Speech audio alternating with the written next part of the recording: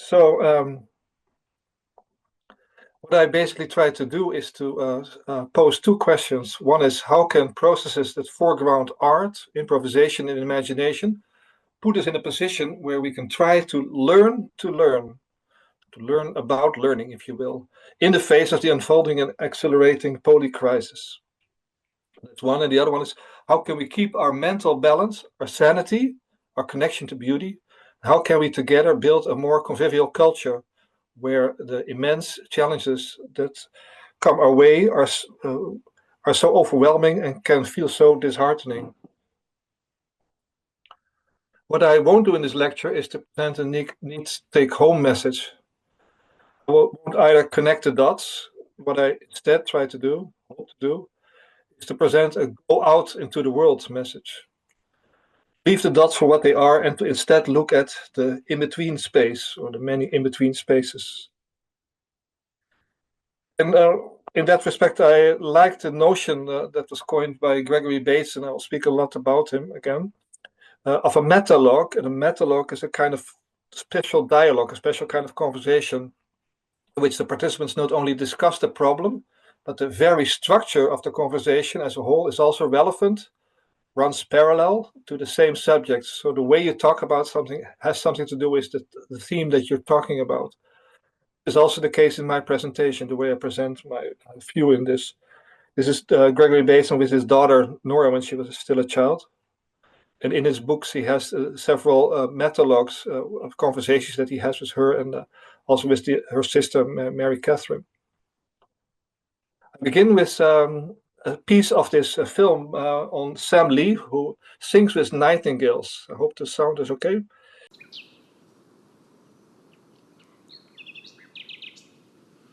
What an incredible scene. I can hear 3 or 4 singing over each other. Can I just say a little bit about just keeping our voices as hushed as possible, because we're going to get really close and it's very easy to scare them.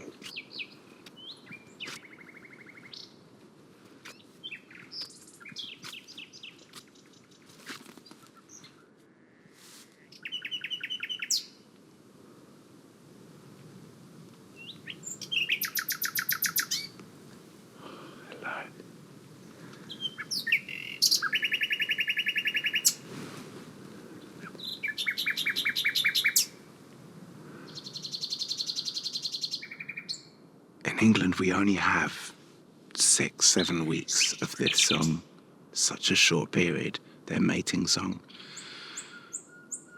But they've been doing this for millions of years. Humans have evolved listening to nightingales. You know, it's one of the few night birds that will really sing consistently. They're the first artist. They're our sort of the midwife, the sire to us as language and song carriers. No doubt they have inspired us and had an epigenetic imprint on humans in our kind of expressive evolution. And to think that in the million years plus that humans have been, you know, evolving, in my lifetime, I might hear the last nightingale. That's incomprehensible.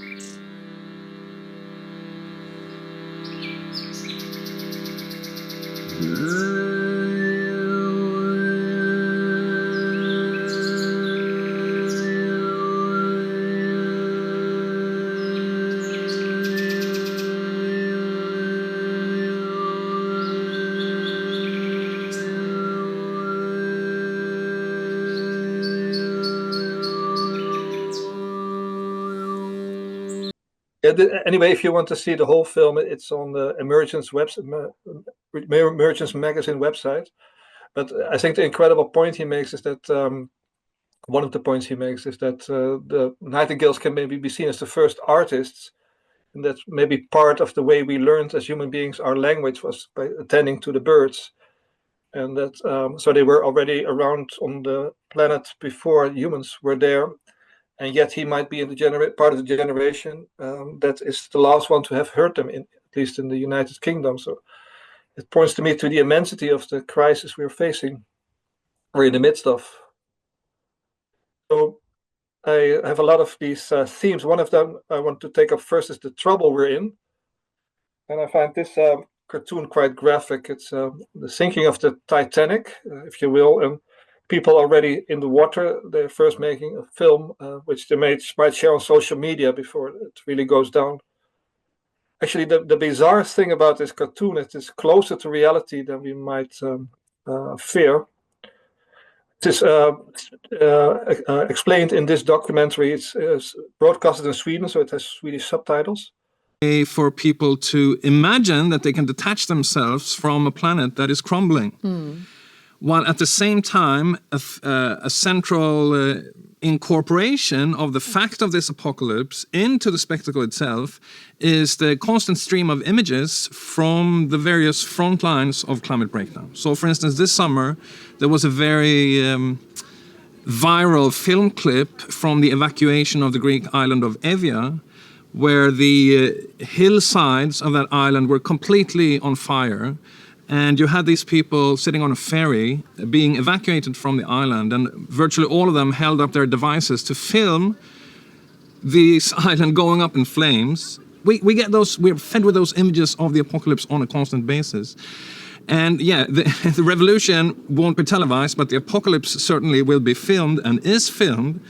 And it doesn't inspire any action, or at least on any commensurate scale. I mean, these pictures from Evia didn't trigger people in Greece to go out and do something about the pipelines that crisscross the Adriatic or the coal mines that they have in the country. It's just a constant incorporation of the apocalypse into the spectacle that just breeds passivity. It really is that sun that never goes down of the empire of passivity. Is a very, very pertinent formulation.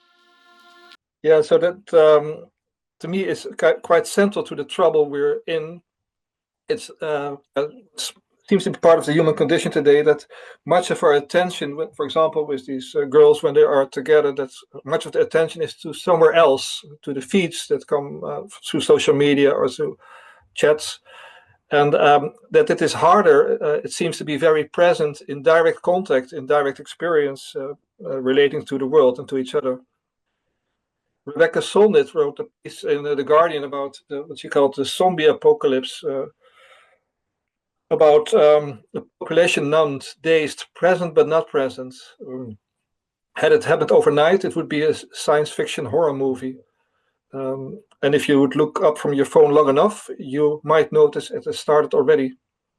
The disconnect, you might say, in a world that is on fire, that is in ecological breakdown.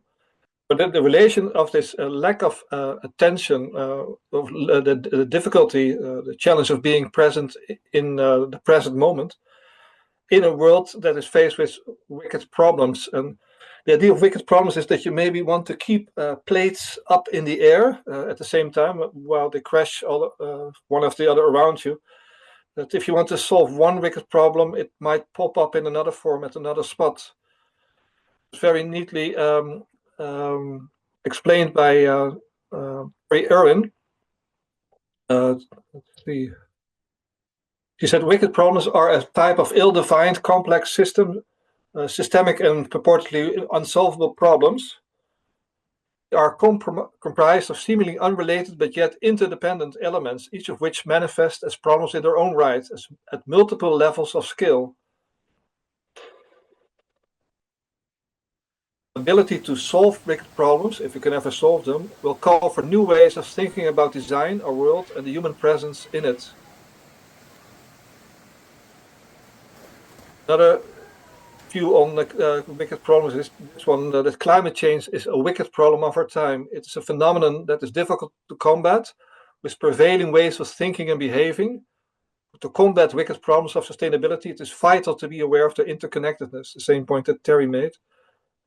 To deepen the understanding of different dimensions of climate change, transdisciplinary knowing is relevant. There is a need for complementary use of artistic, embodied, experiential, symbolic, spiritual, and relational learning, especially in the vital educational task of reconnecting learners to the earth. I want to highlight this element in this text from a Finnish group of Finnish researchers.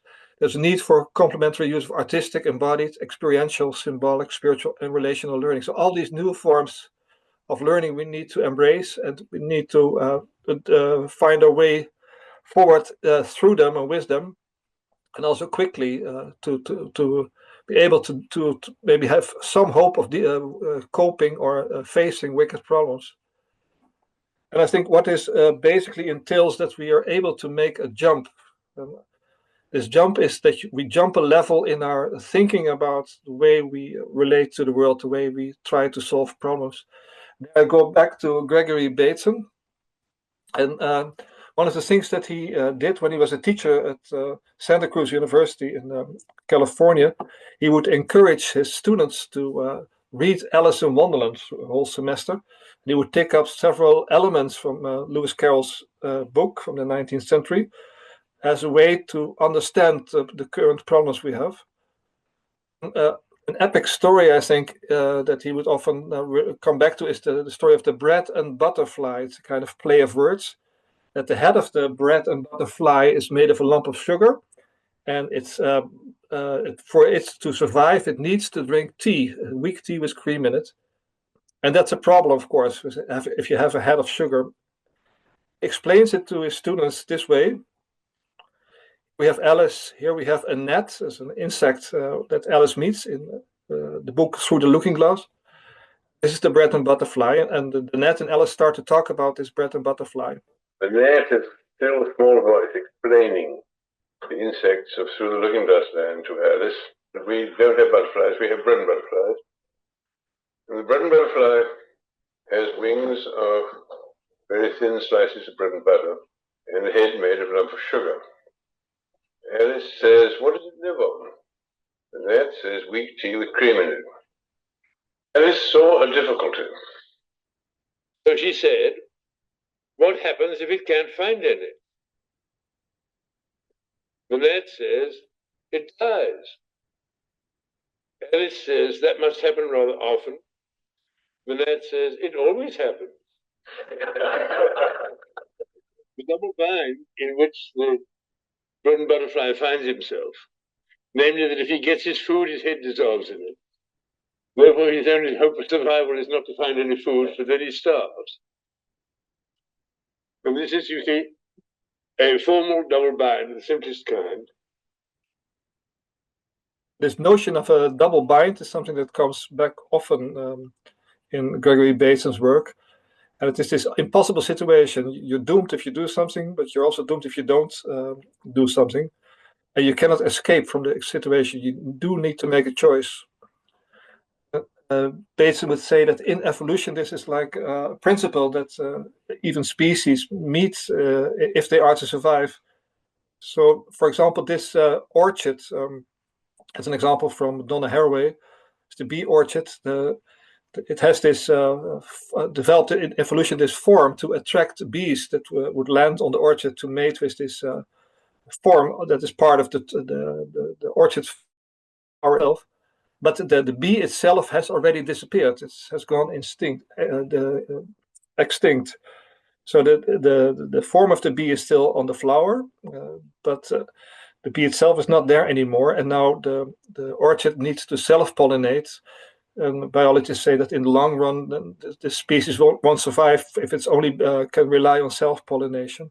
So you might say this orchid was facing a double bind situation. That's how do you, if the bee is no longer there, and you have to find a way forward to see maybe there's something else. If you have time enough in evolution that you can develop further, that changes can happen to accommodate for the new situation. Yeah, this double bind. Here's Nora Bateson, the youngest daughter of Gregory Bateson. She says about this phenomenon of the double bind that it is a pattern in which there seems no solution for escape. But on the other side of it, however, there is another stage of wisdom if you can work it through. Double bind motivates evolution, finding a third alternative to survive. It is the creative imperative. It's the moment when, because this doesn't work and that doesn't work, something else is going to have to be improvised. Can we see a bigger picture? can we think about the way that we think? So again, this notion of how do we learn about learning? How do we learn to learn? Why this is relevant, one of the reasons is this often quoted statement by Einstein. It's a question if he ever said it, therefore the question mark. But he allegedly said, we can't solve problems by using the same kind of thinking we used when we created them. Or if we do that, we keep repeating, making the same mistakes. So it involves making a jump. And here I think the work of Ian McGilchrist is relevant, who has done study on the two hemispheres of the brain, the left hemisphere and the right hemisphere. The right hemisphere more looks at the context, the overall picture, the whole environment, the nuances, the subtleties. It's where the creative potential is, you might say, the poetry, being able to see the larger picture. And the left hemisphere is more focused on doing things very efficiently, very rationally, logically. And the example he gives it also in other species like birds. If a bird is picking for seeds, one eye is very fixated, focused on the seed. That is the logical, rational part, you might say. While the other eye is mapping what's happening in the environment. If maybe a predator or a human being comes too close. So one eye is looking at context, one eye is looking at the task to do it as efficient, you might say, as possible.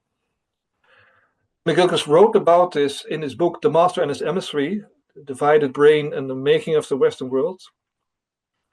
This is him. And this title comes from a story from Friedrich Nietzsche. And it is about the master, maybe like this king, who sends out his envoys, his emissary, out into the land to do the work for him. And the master is the right hemisphere of the brain, who sees the whole picture, is able to see the whole picture, and the emissary is the one who does the rational, calculated working.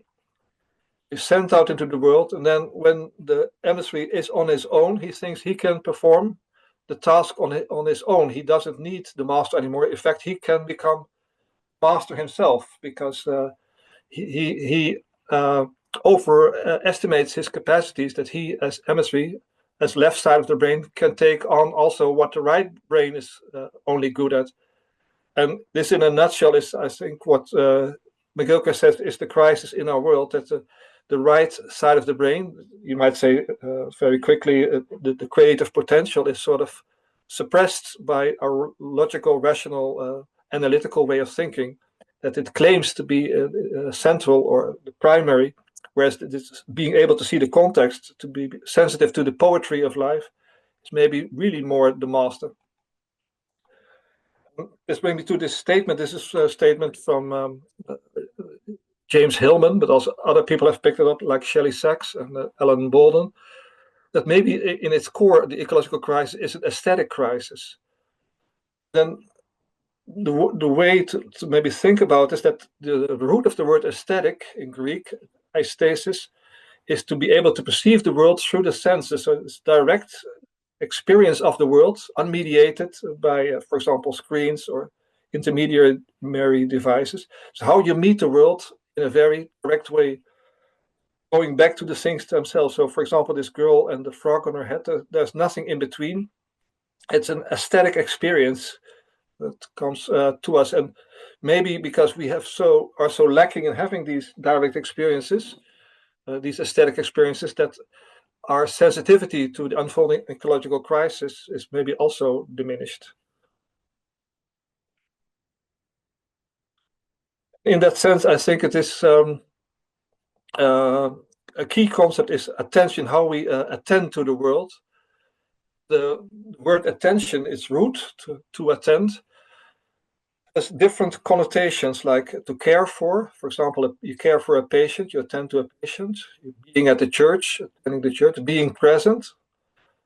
And also listening to, like these children in spring listening to the first birds, the sounds of birds in the morning. All these different meanings of attending to.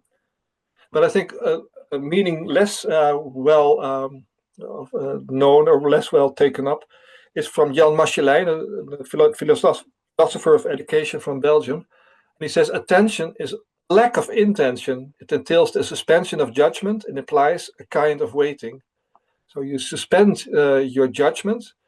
You wait for what is going to emerge, what is going to manifest itself. And you put away maybe the intention. The intention is maybe the left side of the brain, that you want to manipulate the world. You want to order things according to your plan. And in this conversation with John Ross, and Ian McGilchrist talks about what he thinks that attention in our times is a moral act. Let's play part of this conversation. But how we attend to something, whether we attend to it, even within the world of physics, never mind in the world of philosophy and psychology, makes a difference to what we are experiencing. And it's a moral act because it means that we are not simply observers in this universe. We are creators in this universe. We co-create along with the universe and along with that divine logos or Li or Ta or whatever it is that is the ground of being. We are not just passive consumers. Once again, it is always a reverberative relationship. The thing I realized in my very early teens, that everything has this structure. And that therefore we have an impact on the world, making it what it is, really literally making it what it is. The ways in which we see it alter what will be there. We know that from quantum mechanics, as it's laughably called, or quantum field theory, as I prefer. But it is also part of our experience of the world. So how we see the world is a duty laid on us to pay the right kind of attention, a kind of nourishing attention that brings things into being, not the kind of attention that alienates and that cuts us off from that reality and therefore changes it and changes us. So it has an effect on the world, it has an effect on us, those who are doing the attending, a moral effect. You can make yourself a very dubious person by always adopting a stance of extreme remoteness. You can also get things wrong by engulfing yourself in things. So as always, it is a matter of finessing a harmony of positions that look opposed to one another, but are equally necessary, or at least both necessary. So that's what I mean by it. And I also mean that if we don't pay the right kind of attention to what we're doing in this world, and at the moment our attention is up for grabs from every kind of electronic device around us. And I don't think that we are taught any longer how to be quiet and still and concentrate on a piece of work, on reading or listening to a piece of music for an hour or two at a time. If we don't reconnect with this kind of attention, we will lose the world, literally. I'm not speaking in metaphors. We will lose this world. The world may carry on without us. But that would be very sad for certainly us, and possibly for the world, because I don't hate humanity. I think we've got things very, very badly wrong. But what humanity is something very, very special. Yes, so that we're losing the world because of the way we are not paying attention to it. It's maybe a very different way of thinking about what the ecological crisis or the poly crisis entails. But there are other people who make this same argument or a similar argument that it is of value to take things a bit more slow. And for me, this comes together in this, I think, beautiful statement by Bayo Akomolafe from Nigeria, where he says that the times are urgent, let's slow down. It's like a big paradox, because if the times are really so urgent, we should speed up maybe in our efforts. Well, post-activism is the name that I give to the idea that we need to slow down. The times are urgent, let us slow down. It's paradoxical. When times are urgent, when things are urgent, you want to speed things up, right? You want to do more, you want to get in there. But I feel that we are in such a moment when our vision of our place in the world is changing. Our vision of ourselves as humans, our vision of our environment as resource, all these things are changing. and we can no longer see ourselves in the same way. Now, this is not just a story we're telling ourselves. This is really concrete, consequential stuff. For instance, there's a whole story and narrative around climate change, and that climate change is just weather patterns disturbing the narrative of development. And so what do? We stop it. We do our best to stop climate change, or we do our best to adapt our systems so that we can mitigate the impacts of climate change. But just the phenomenon of climate change is bringing us to realize that we have and have always had an impact on the world. And as a result, we can no longer distinguish ourselves from the environment. We are not separate from the world that we claim to be part of. We are the environment.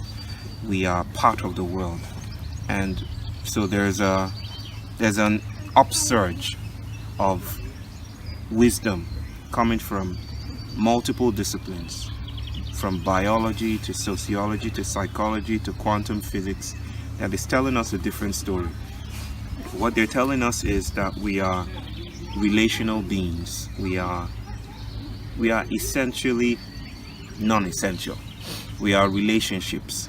We are not things in a vacuum, in a container. We are the earth touching itself in a way. This idea of that we are the earth touching itself, that we are in relationships all the time. I'll speak more about it later. I think it's very nicely encapsulated in this artwork by Erika Vilder, where she puts up a big sombrero and sits very still, and there's maybe some seeds on top of her sombrero, and she sits very quietly until a wild creature, a bird, feels confident enough to land on her head.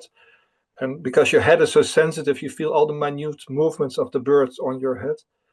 And in that way, you have a way of relating to a wild creature that would otherwise maybe not be possible. And I think a nice way to look at what art can be is that it can be our antennae to the world, reaching out to make sense of it. That is a quote of Osmo Rauhala from Finland. I will speak now about different aspects of arts when we try to navigate this field we're in. And I start by this idea of being lost. This is in the book by Rebecca Solnit. I mentioned her before with the zombies, the mobile phones. She wrote this book, A Field Guide to Getting Lost. And she says in the book, to be lost is to be fully present. And to be fully present is to be capable of being an uncertainty and mystery. That's another nice paradox. To be lost is it encourages you, it needs you, it forces you to be fully present, you might say. And then she says the job of artists is to open doors and to invite in the unknown, the unfamiliar. To calculate on the unforeseen is perhaps exactly the paradoxical operation that life most requires of us. And I would suggest this is another way of meeting a double bind, to calculate on the unforeseen. It's two very different things of doing. To make a jump, if you will, to meet what life requires, what our present situation requires of us. In an artistic process, this is encapsulated in this graph by Anton Ehrenswijk. You see maybe in the drawing at the left-hand side at the bottom the point of departure, and it is about the maze or the serial structure of a creative search. The creative thinker has to advance on the road front, keeping open many options. So there's all these lines going out, and some of them are leading to new openings, some are dead ends. You see maybe how many dead end nodes that don't lead any further. But it is this entire structure that is relevant, and maybe not focusing on any single possibility too long, but being open for all the interrelationships where Bio also talked about. So related to this idea of Anton Ehrenswijk about the creative process is the notion of the bi-association. It happens when an idea or event vibrates simultaneously on different wavelengths at the crossroads of two incompatible frames of reference.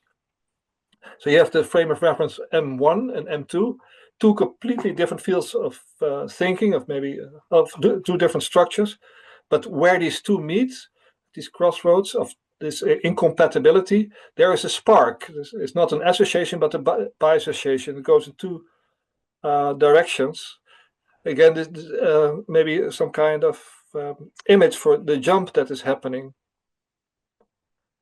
And I think one of the, in a more process mode of relating to it is in improvisation, that we also have make these jumps. And according to Stefan Dagmanovic, who wrote a book on 2 books on improvisation, maybe having a conversation is the most basic form of improvisation. That you, as you go along, as you have a dialogue, you all the time before you utter the next sentence, you improvise to develop on the spot what you're going to say next. This is also part of this artist activity called building conversations. It's a dialogical artwork, where the conversation is the artwork itself by Lotte van den Berg and others. Improvisation is also a space relevant, I think, for Joseph Beuys, another artist. This is when he did an action called "How to Explain Pictures to a Dead Hair." He has his some kind of gold surface on his skin, on the skin of his head, and glued it with honey. And he talked about a space of possibility of, you might say, improvisation, of movement between, on the one, if, for example, when you work with fat or with honey, that you have the stuff in its solid property. On the other hand, the same substance, when it is heated, it is moving from the stiffness to chaos. It's when it is boiling or at boiling point, the particles move in all directions. And he says, in between, you can work with the materials. You can mold it. You can mold the wax. You can mold the fat. And this is where the change is possible. So, for example, in social sculpture, this is a social sculpture workshop in Oslo that I attended. The idea there is also that you can move in between these two polarities of crystallization, of stiffness on the one hand, and the chaos, the dynamism on the other hand. That there's this space where the warmth, the heat is happening, just enough heat that you can mold the wax before it starts to stiffen again, but not too much heat that it doesn't become liquid. It is often, I think, in art to find that space of where the movement is possible. That things, it's a search in itself, but that's being attentive to that is also key. But it helps you forward. And I think an often overlooked aspect of that is the frame in which you work with art, or you develop your improvisation. Often it is said about artists that they're kind of people who are very able to think outside of the box. It's kind of the cliche about artists, like this tree not wanting to be forced between the grid or the fence. I think maybe more what art is trying to do is to think inside, or to move inside the box, or to deal with the frame and to see what is still possible there. And to me, an example of that, this is this art intervention or activity of performance by Marina Abramovic. The artist is present in the MoMA museum, where for several months she sat there the whole day, and people would sit opposite of her, and they would look each other in the eye for about 20 minutes. It's a very intense experience, but she played with the frame in the sense that before there was a table in between her and her guest, and then in the improvising in the activity, she removed the table so that the contact with the other person, the reciprocity of the gaze, was even more intense. So that as an artist, she is very aware of the frame that is in this activity, but also how you can slightly modify it to maybe even more intensify what's happening. Related to working with frames, I think maybe equally important is to be able to work with mistakes or seemingly mistakes. Here, I think the word serendipity is important. Serendipity means the faculty or the phenomenon of finding valuable or agreeable things that are not sought for. So the key of this is that you're already searching, or you're already exploring in a certain direction, but then you find things that you were not seeking, but it's not yet just any coincidence, anything can happen, but you have to be in a way already, you have to be already receptive for the new that might be coming, although it is quite not what you had expected or wanted. And this comes across, I think, very nicely in this excerpt from a film on Sally Mann, a photographer from the United States, where she talks about the role of serendipity in her work. Myself the question of what happens to a landscape when there are massive numbers of deaths that occur on it.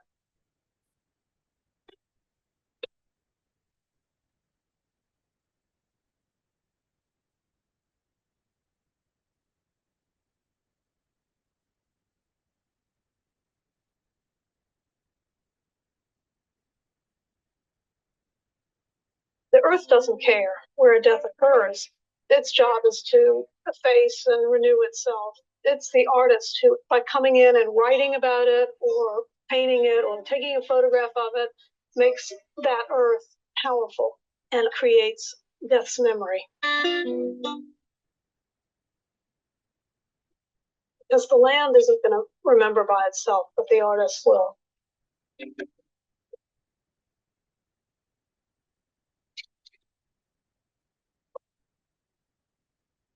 What I do when I take these pictures, take a plate of glass and coat it with collodion, which is a sort of, it's like Saran wrap.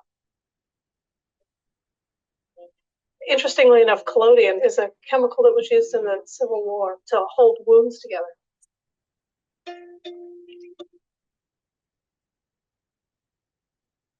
I just love the look of it. There's nothing else that makes a photograph quite like this. All these little flaws, and you see all those little pieces of dust that are in there, they all show up. I kind of like that. I love the serendipitous aspect of all the mistakes I make anyway turn out to be good things in the end. I'm so worried that I'm going to perfect this technique someday. I take my darkroom in the back of the Suburban out in the landscape, and every possible thing that can go wrong has gone wrong, you know.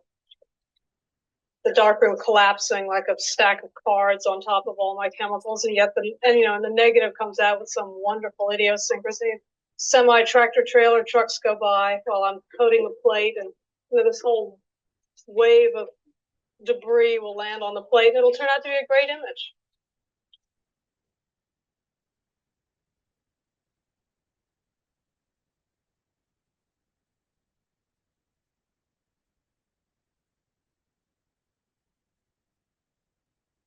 I have to say it's unfortunate how many of my pictures do depend on some technical error. I mean, it's not something I do to the negatives, but it's, on the other hand, it's not a negative that I toss in the trash bin either. Proust once wrote that what he prayed for in his work was the angel of certainty, but I'm sort of praying for the angel of uncertainty to visit my plate.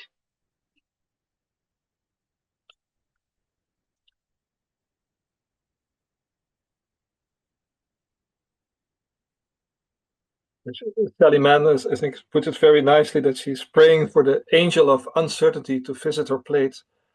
It's something that you cannot order. It's not something that you can organize or steer, but it happens as you move. And it's also the ability to see the potential of when these mistakes or the serendipities happen and what they can add to whatever you're doing that is important. I often teach courses in a national park in Estonia, students in art education.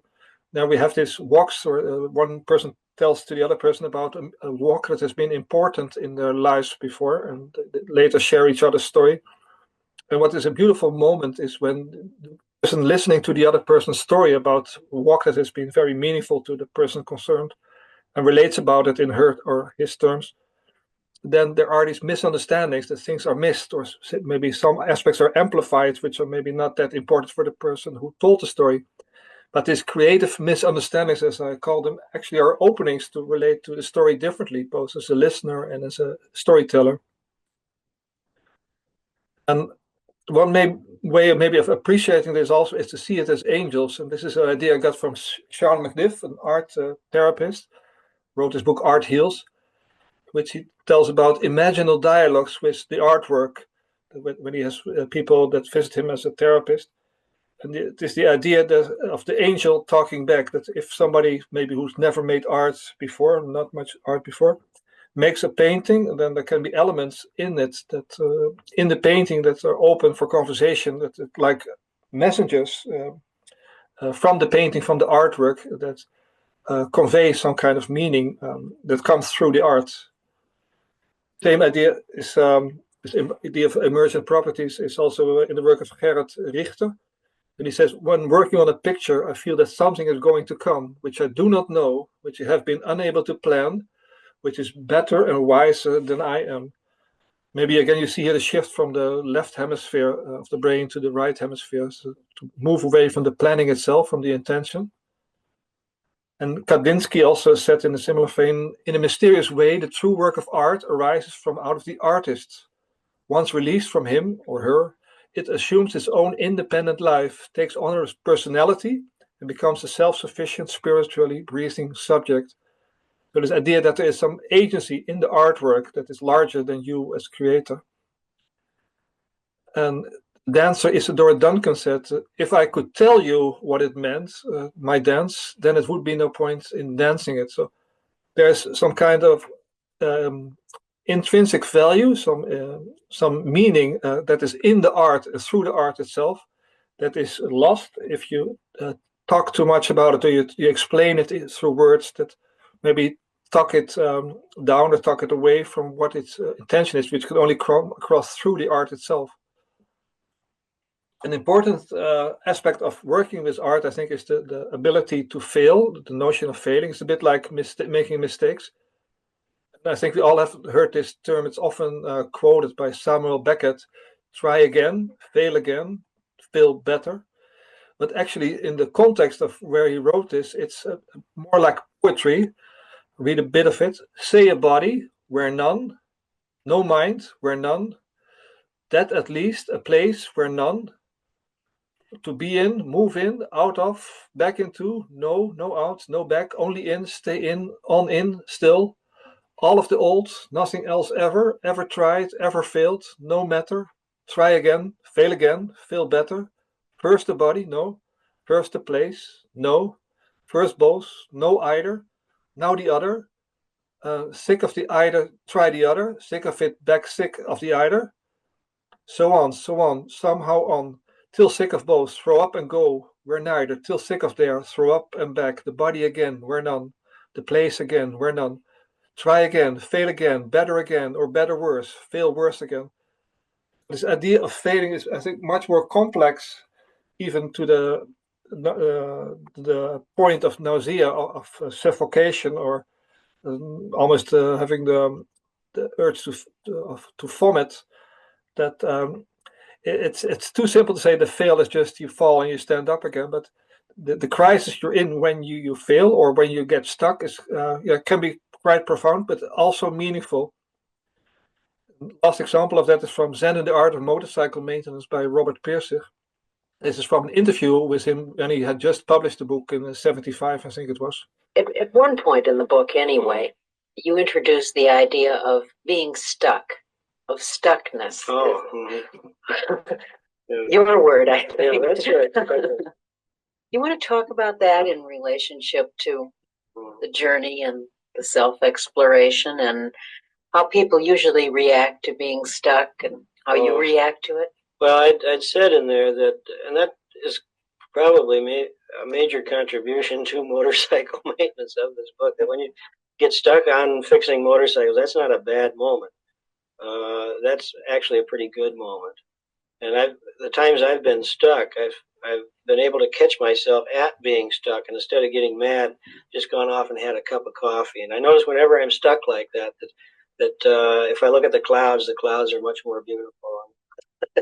And that's getting a little bit sentimental, but I find that at the very moment of stuckness, if you just stop and look around you, you find the world is very real. if you remember back in your own life periods when your life was very vivid, it was usually during a hang-up, at least for me. So I think stuckness is very good for people, and that when it comes, you should welcome it because it won't last long.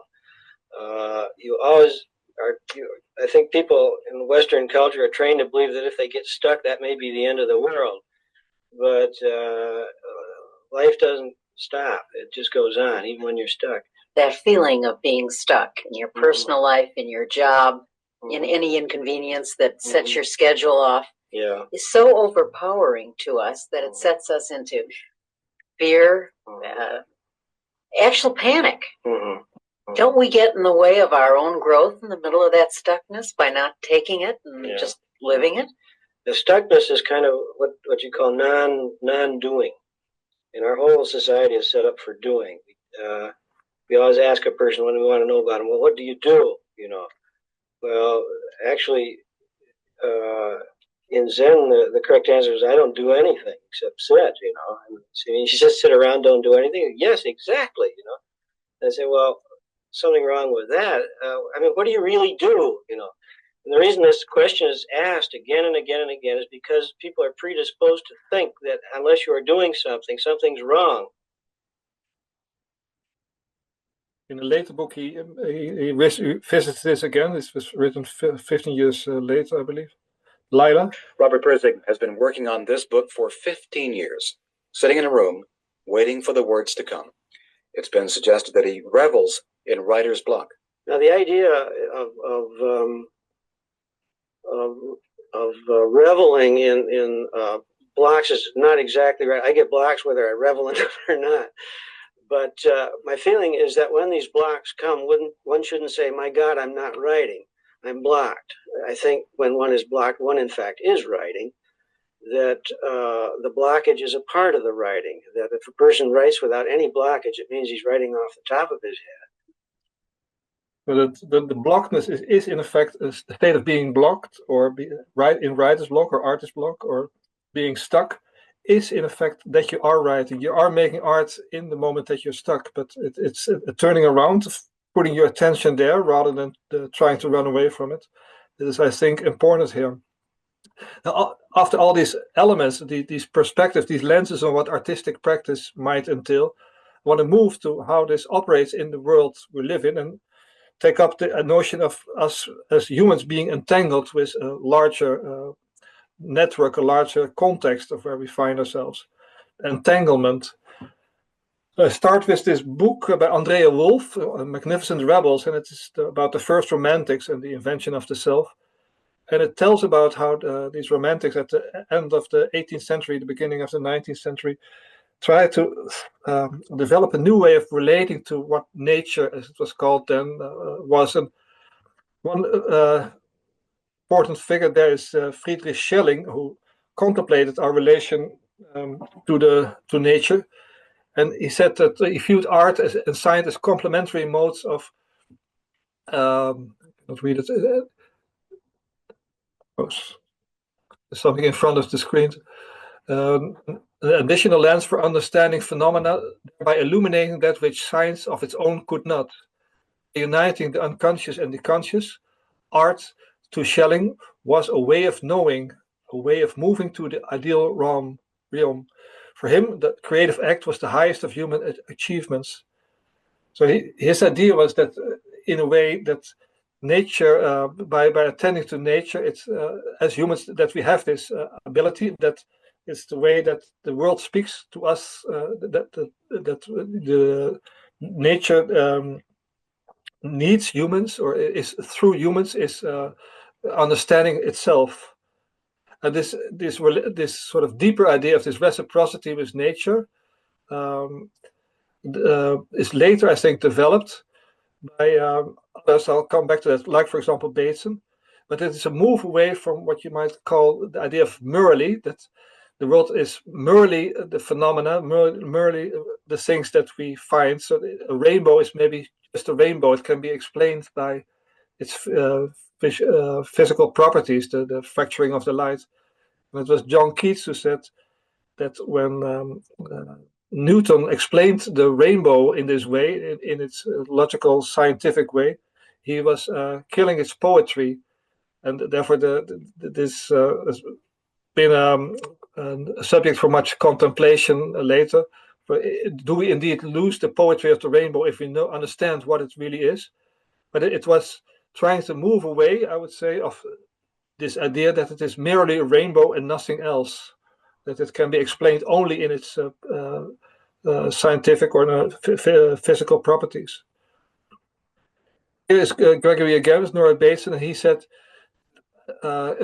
his way of defining aesthetics is that it is a sensitivity to what he called the pattern that connects.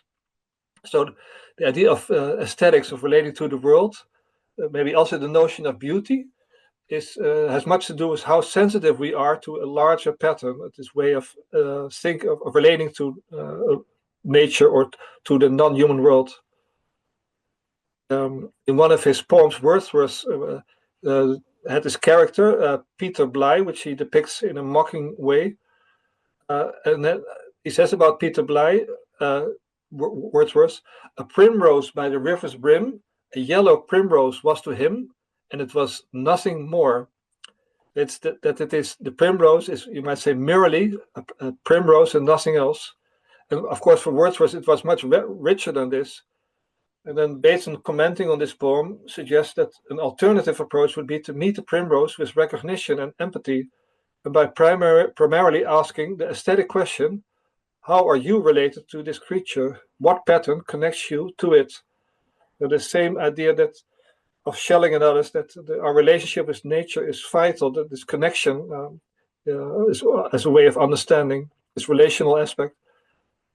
And how Bateson talks about the pattern that connects in mind and nature is he asks this question: what is the pattern that connects the crab to the lobster, and the primrose to the orchid? Here we have the same orchid again, and all of them to me, and me to you, and you can be anybody. So instead of taking things apart into their details, how they are put together, he goes into the other direction. He tries to map what are the relationships. What is it that the lobster and the crab are so similar, or what is the similarity, the resonance between an orchid and a primrose, and all of these non-human creatures? How are they related to me and me to another person?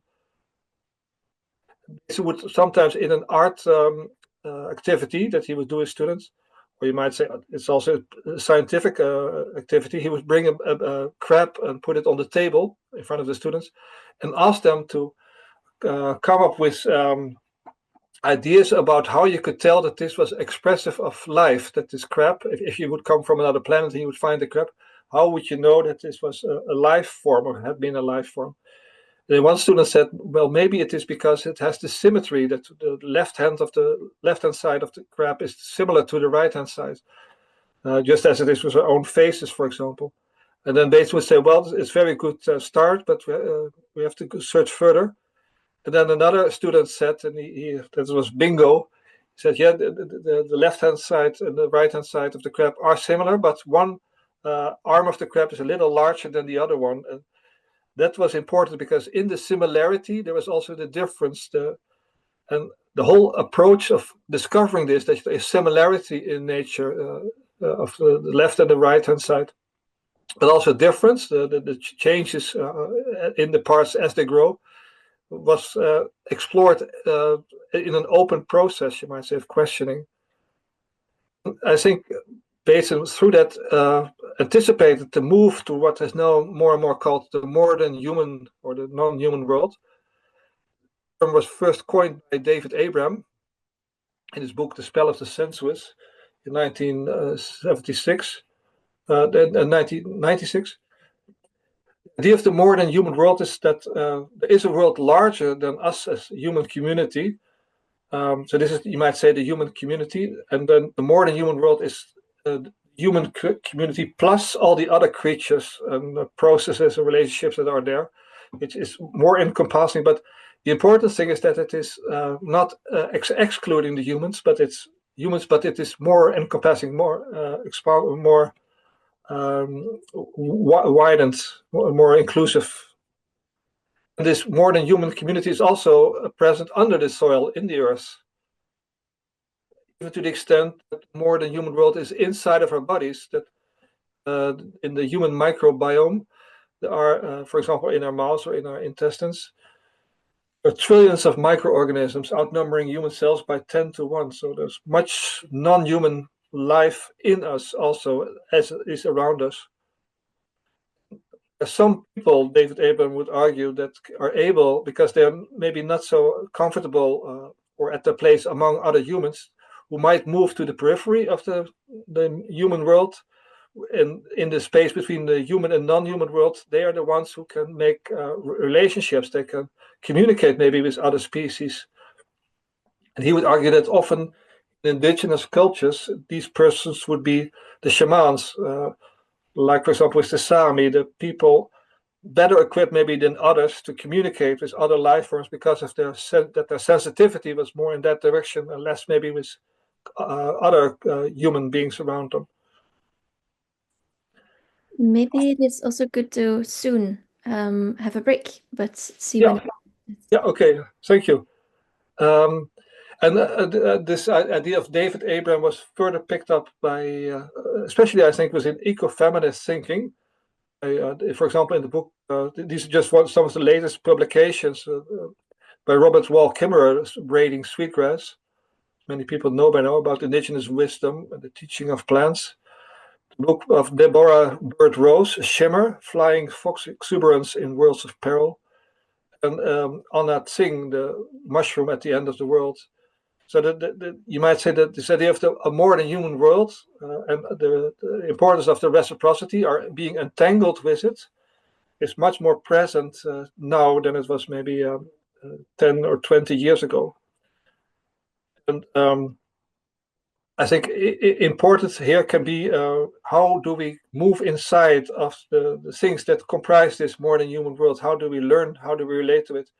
But maybe, as Eva said, we have a short break. So if you want to take a 5 minutes pause or so, and then I'll just have maybe 10 minutes more to finish the presentation. Yeah, take up the presentation again. I start with this idea of how this, in the context of how we relate to the more than human world, this the field of relationships with other creatures, the notion of moving inside. And what I mean with that is that if we attend to the world through our body, for example, using our hands or our skin, our smell, our senses, that in a very basic way, as this architect, philosopher of architecture, Juhani Palasma, argued, that our hand is doing the thinking, or that our eyes, that our skin is a form of eyes, that we, it's a way of trying to understand in a very basic, direct way, very different from the idea that our brain is giving instructions to our hands, and that it is our thinking, that it is in itself giving structure to the world. So that our embodied way of relating is primary, is, I would say, key in this notion. And this idea of knowing from the inside comes from Tim Ingold, that he argues that it is in this other way of learning, of attending to the world, you are not so much learning about the world, but you're learning with in the world. In that way, know things from the inside because of your attention to it, your relation to it. You move inside of the phenomenon that you are attending to. Maybe similar to what the point that Shelley was making, that nature is understanding itself through humans in a way that it's not about putting it in front of us and different away from us, but more seeking relations and maybe also identifying with what you're studying. So, for example, in a workshop we did with Tim Ingold, we did this workshop on making a rope from reeds, twisting them around each other. In that way, if you do that, you put the tension inside of the rope. All the time it's so tied together that it wants to move in all directions. But only by turning the tension inside the rope, it gains its strength. And the point of Tim Ingold of doing this is him and his wife, is that you only understand, or you maybe not only, but you get a deeper understanding of what a rope is about by making a rope yourself, putting the tension in the rope if you make it, for example, from reed. And this is quite a different way of being than being in a split mind, that you see yourself separate from the world. But I think, and this is maybe another way of looking at things, that we have a basic splitness, being split in a split mind if we are alive today. And they go back to John Keats, the romantic poet, who said before that Newton killed the poetry of the rainbow. He talked about negative capability. And he supposed that a great thinker is somebody who is capable of being in uncertainties, mysteries, doubts, without any irritable reaching after fact and reason. So somebody who is capable of being in this uncertainty. This idea was also taken up much later by Scott Fitzgerald, the novelist, and he said about intelligence that the test of first-rate intelligence is the ability to hold two opposed ideas in the mind at the same time and still retain the ability to function. One should, for example, be able to see that things are hopeless and yet be determined to make them otherwise. So you might say, if things are really hopeless, why would you still be determined to make them otherwise? It doesn't make sense. It's again such a double bind, with which I began, and the jump that you're making. So you're in a way accepting that you are in a split situation. And I have developed a term for this, a concept which I call mindful schizophrenia. Is like this person, the Baron von Munchausen, who's able to pull himself supposedly out of the swamp by pulling his own hair. And I think this mindset of facing or being split with a split mind, intentionally or mindfully, is maybe one of the challenges of being alive today, or like Rebecca Solnit said, of the art of getting lost, how you deal with being lost and be that way fully present. How to keep your sanity in the face of the ecological emergency. The country western singer Waylon Jennings once said in a song, "I've always been crazy, but it's kept me from going insane." And I think that's a deep thought in a way, that a certain degree of craziness, of being in contradiction, of being in the midst of a double bind, is saving you from going completely nuts, or maybe also becoming cynical or stuck completely, but that you face the situation and try to make a jump to come out of it, or to go through it. And this is a point that when I started as a professor at the Hanze University, Art and Sustainability, I wrote a booklet with this title, "I would still plant my apple tree." It's a quote of Luther, allegedly, Martin Luther. "Even if I would know that tomorrow the world would go to pieces, I would still plant my apple tree." So if the world is going to pieces, does it still make sense to plant an apple tree? But maybe this is an impossible thought, maybe even a spiritual thought of hope against all hope. It is about also dealing in a way with the wounds that are around us, not denying them, but also not being overwhelmed or suffocated by them. The point is in a way made by Vanessa Machado de Oliveira, also known as Vanessa Andriotti. She spoke at several occasions at CEMUS, at the Climate Existence Conference. And in this book, Hospicing Modernity, she says, "I wish for you to learn to feel comfortable with the nausea and the discomfort of difficult learning, not a kind of learning to learn, where we try to face all the shit that we have caused and the shit we're in with an open view."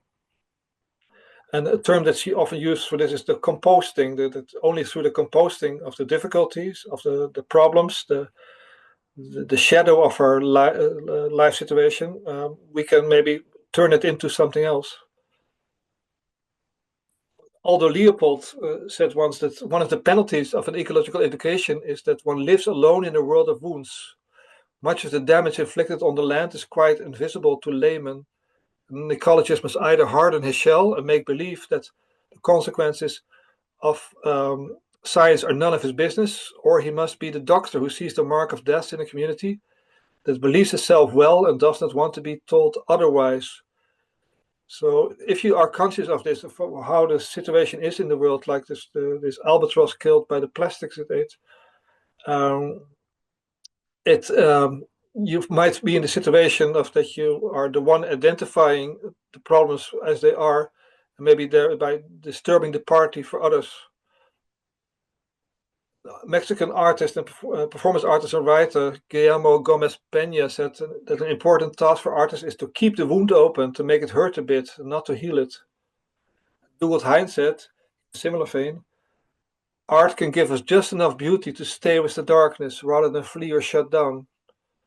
Its indirect ways of knowing can allow us to approach realities which, if we looked at them directly, turn something inside of us to stone.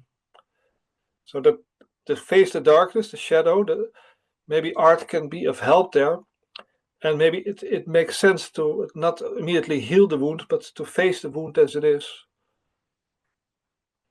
And here maybe there's some authenticity, some being authentic that can be found. And in a world where we have so much indirect experience, so much artificiality around us, the term simulacra comes from Jean Baudrillard. He said, we're dealing with copies of copies where we no longer see the original. That's it's like the imitations are all around us. Maybe the line that what they represent, that the original we cannot find anymore, and we're only dealing with the copies and copies of copies of copies. And he has this famous quote that he said, Disneyland is maybe existing so that the Americans forget that the rest of America has also turned into a Disneyland. So the idea that there's one place called Disneyland makes you kind of forget that much of our society is turning into has turned into a Disneyland, an imitation. And maybe its most dramatic form, as I think, where I found it lately, is in development with virtual reality and artificial intelligence, where an avatar, a person, is made artificially of somebody deceased. In the South Korean documentary Meeting You, a story is told of a family's loss of their 7-year-old daughter, Nayeon, who passed away from illness. Using a 5 headset and trackers with Noito's HI5 virtual reality globes, the mother was able to touch, play, and talk with the daughter again. The little girl even assures her mother that she is no longer in pain. Here you see some parts of the documentary made about it. It's in Korean, but it will speak for itself. I'm very nervous now about it. It will be all right. What do you expect? So in any case, I'm going to meet my daughter Nayeon. I really want to see her. It will be very great to see her.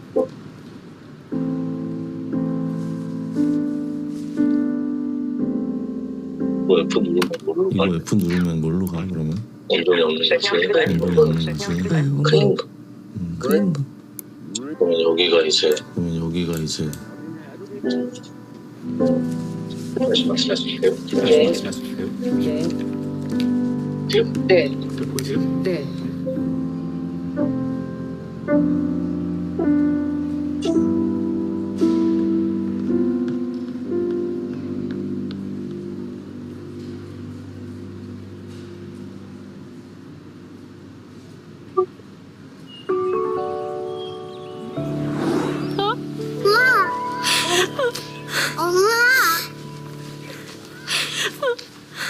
엄마 어디 있었어? 엄마 내 생각했어? You're thinking of me. 엄마 많이 보고 싶었어. 엄마도 너 보고 싶었어. 우리 나연이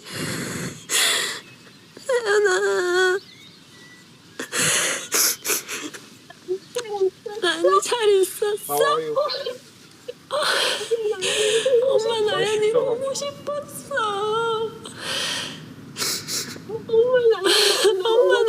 나 보고 싶어. 엄마 나연이 너무 보고 싶었어. 엄마 나 예뻐? You look great. 너무너무 예뻐 우리 나연이.